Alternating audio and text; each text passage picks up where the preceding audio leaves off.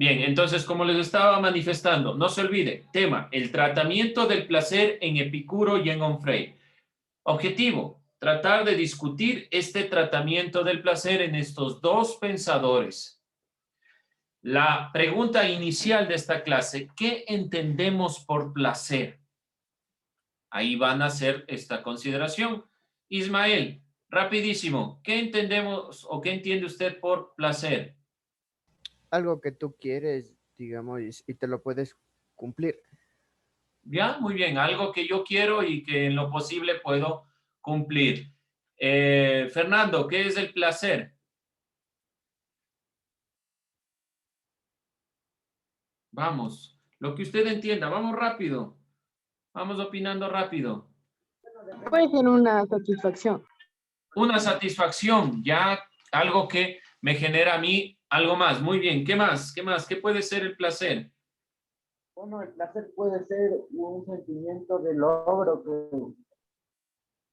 Bueno, un sentimiento de logro, algo que yo he alcanzado y me da una sensación. Detrás hay una sensación, ¿sí?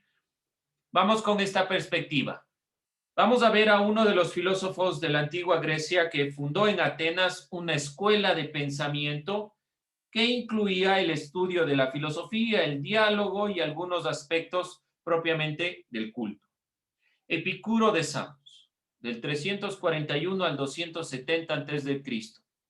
El placer, dice Epicuro, es el principio y el fin de una vida feliz. Por lo tanto, la perspectiva de Epicuro será alcanzar la felicidad. ¿Por medio de qué? Del placer. Propiamente de esta perspectiva que nos cause a nosotros algún bienestar. Eso es lo que es propiamente o evidentemente en base también a lo que han dicho los compañeros, el placer. Algo que nos causa un bienestar, un logro. Y este llegar a lo que nos causa un bienestar permite alcanzar una vida feliz según Epicuro. El epicureísmo, que es propiamente la escuela que se fundó en Atenas a partir del filósofo Epicuro, ha planteado la perspectiva o la idea suprema de una vida en cuanto a la ataraxia.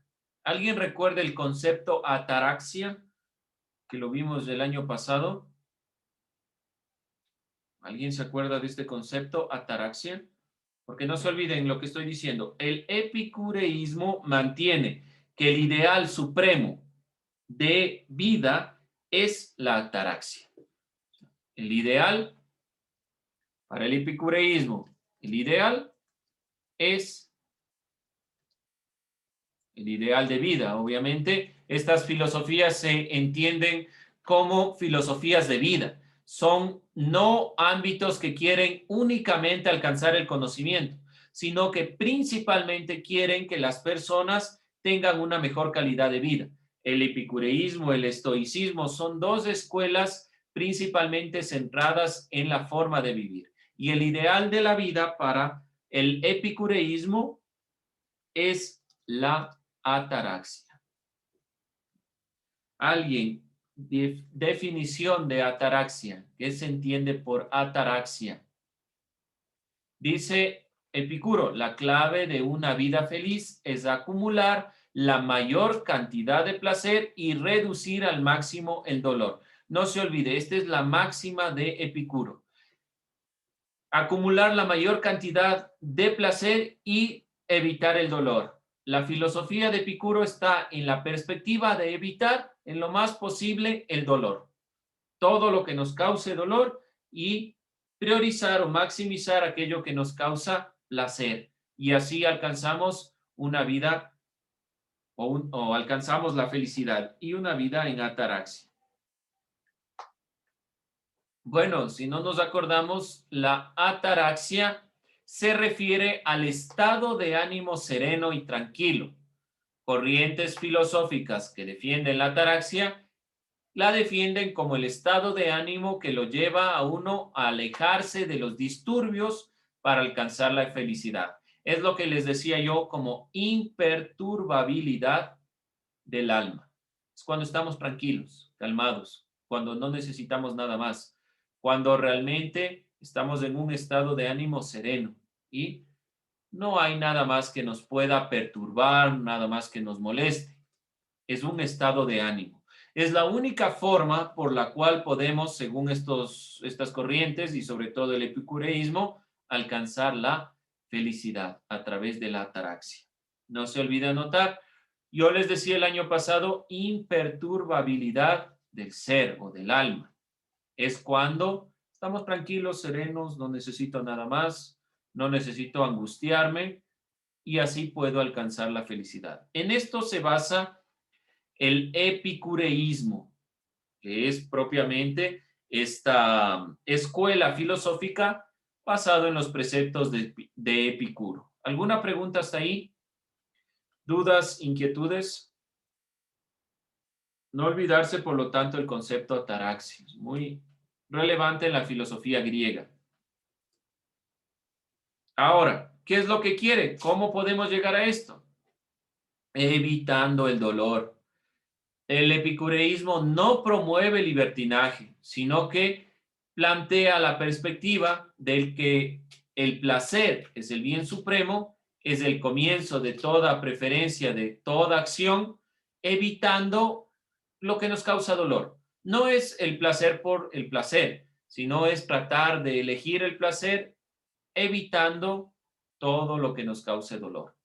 Entonces, si yo me guío por esta premisa y evito el dolor, estoy guiándome por el placer. Y si esa guía de evitando el dolor me lleva realmente a un estado de ánimo sereno, estoy dentro del estado de la ataraxia. Y si me encuentro dentro del estado de la ataraxia, estoy en el camino hacia la felicidad. ¿Sí? Sencillo, fácil y sencillo para esta perspectiva.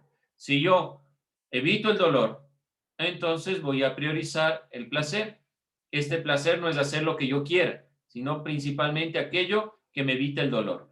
Evito este dolor, puedo alcanzar un estado de ánimo sereno, estoy dentro de la ataraxia y estoy encaminado hacia la felicidad. ¿Alguna inquietud, alguna duda sobre la perspectiva del tratamiento del placer en Epicuro? Es sencilla la visión. Aunque en el planteamiento es sencilla, ya en la aplicación no es tanto, pero de todos modos este es el sentido teórico. Y vamos con este otro pensador. Entonces, ¿alguna duda en cuanto a Epicuro? ¿Está claro? Por favor, tomen nota. Oh, bueno, si están haciendo captura, posteriormente pásenle a su cuaderno. Tengan en cuenta, alguna vez les preguntaré cuál es o qué es el placer para Epicuro. Simplemente, el placer para Epicuro es evitar el dolor tratando de alcanzar a través del placer la ataraxia que nos encamina hacia la felicidad. Vamos con Michel Onfray. Es un filósofo francés que ha retomado el pensamiento hedonista en la actualidad. ¿Qué significa hedonista? Hedonismo es aquello que procura el placer. Entonces, Michel Onfray es un filósofo que ha retomado el pensamiento hedonista en la actualidad. Para Onfray plantea que la tarea central de toda persona debe asumirse en cuanto el centro sea la consecución del goce y del placer. Es propiamente la misma perspectiva que Epicuro. Vamos a ver cuáles son las características que se vinculan con el pensamiento de Michel Onfray.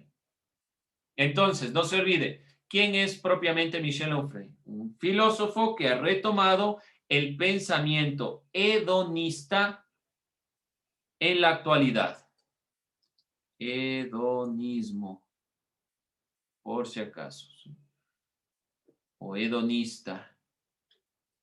Ha retomado esta perspectiva como alternativa a la sociedad contemporánea que cada vez está más cansada, compleja, estresada por la realidad. Entonces, cada vez más se procura dolor en vez de guiarse por el placer. Vamos entonces a mirar lo que plantea Michel Onfray. ¿Qué vamos a ver? Las características propias de su pensamiento en algunos elementos. Primero, la filosofía trágica.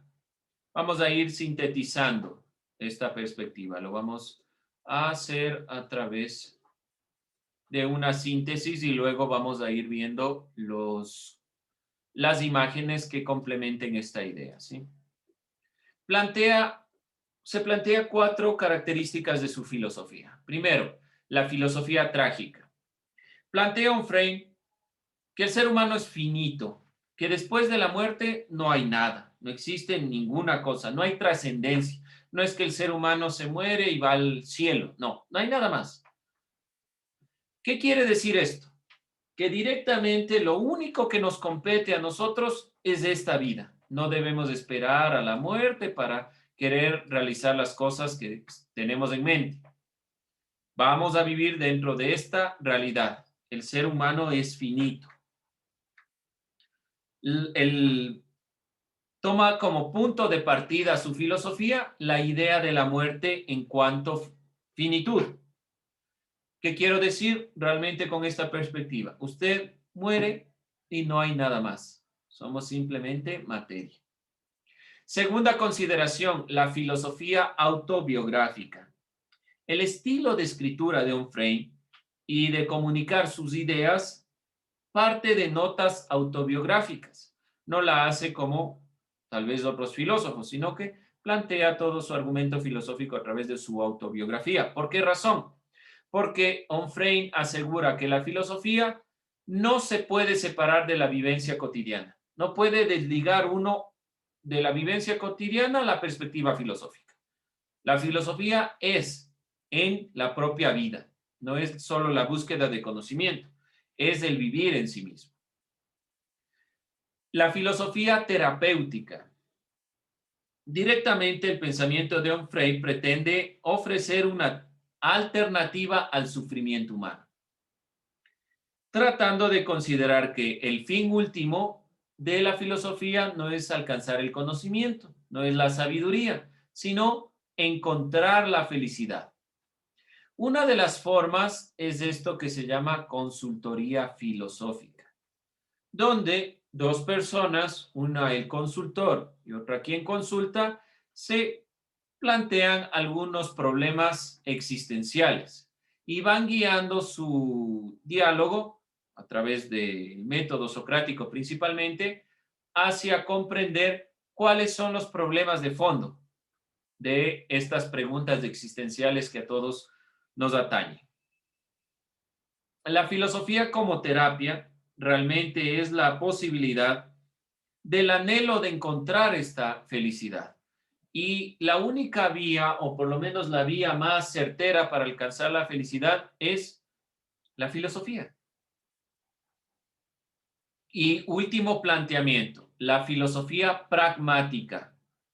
Plantea a Onfray de que un razonamiento parte de una realidad concreta, de la materialidad de la vida, de los acontecimientos que enfrenta el ser humano, sin recurrir a ningún principio divino o trascendente para explicar la existencia. Entonces, ¿de dónde provenimos nosotros? Somos simplemente materia y de la materia estamos hechos. Y a eso, en nuestra finalidad de la vida, llegaremos, nada más. No hay nada trascendente, ni espero que Dios me dé explicando mi realidad. Yo directamente explico lo que soy, cómo me planteo mi vida y mi mundo, ¿sí? Eso es pragmático, que se dé propiamente en lo concreto, en la realidad. No esperar que vengan otras situaciones. Directamente pragmático se refiere a la práctica y la ejecución o realización de acciones, no a la teoría o a la especulación.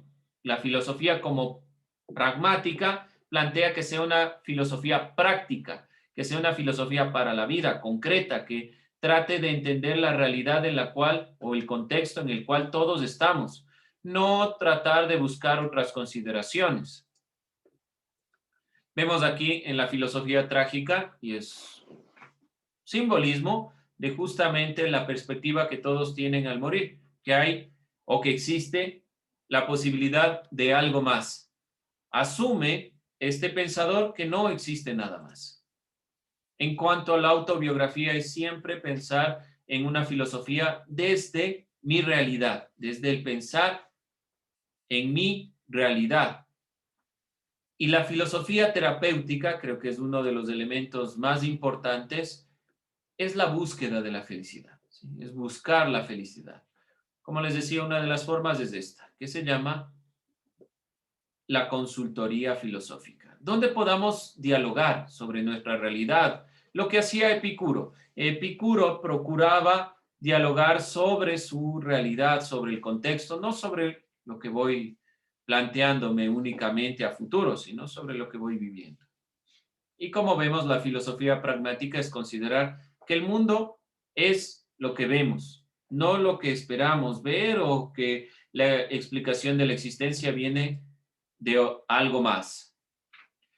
La teoría de Onfray mantiene que el hedonismo debe partir de lo único que somos, cuerpo. Para Onfray, no somos como Platón, que hay un mundo más allá, el de las ideas, de donde proviene todo. No existe ese mundo. Lo único que existe es el cuerpo. No existe alma ni nada por el estilo. Solo está el cuerpo. Por lo tanto, ¿qué vamos a satisfacer?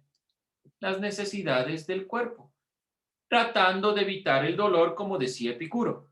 Tienen varias cosas en común, pero como Michel Onfray trae esta perspectiva del tratamiento del placer a la actualidad, le da algunos otros parámetros, el pensar sobre la finitud del ser humano, el pensar que la filosofía es para la vida, para el diario vivir, que la filosofía puede ser terapia y que la filosofía se da en lo concreto, en la realidad, no en la consideración teórica, no en el mundo de las ideas, sino siempre en el mundo de lo sensible.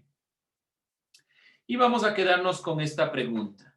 ¿Cuáles son las causas y consecuencias de seguir una filosofía hedonista? ¿Por qué razón?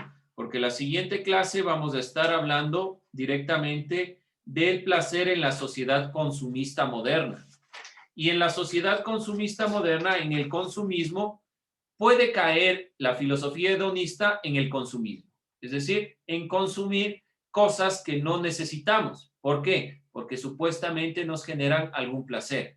Las personas que compran sin tener ningún tipo de necesidad por ese elemento, se están guiando bajo esta perspectiva. Puede caer en este problema. Puede ser una consecuencia. ¿Alguien más? ¿Alguna consecuencia? Vamos a ver qué nos dice alguien más sobre esta consideración. ¿Qué cree usted, David? ¿Cuál es una consecuencia de seguir esta filosofía hedonista? No se olvide, hedonismo es propiamente aquello que procura el placer.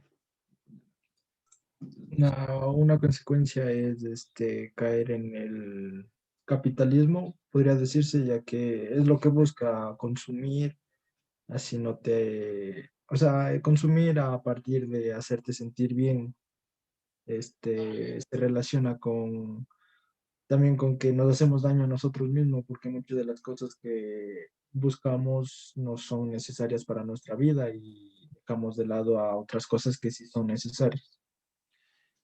Es decir, que detrás de esta filosofía hedonista que intenta evitar el dolor, puede caer en un engaño. Entonces, si yo trato de evitar el dolor y procurar el placer, lo que menos voy a intentar es tener 3, 4 trabajos, ¿no es cierto? Porque desgasta mi propia condición física, emocional, de tiempo para compartir. Pero para poder obtener los objetos que yo quiero supuestamente, necesito esa cantidad de trabajos porque no me alcanza. Por lo tanto, detrás puede haber un engaño si nos guiamos solo por el placer.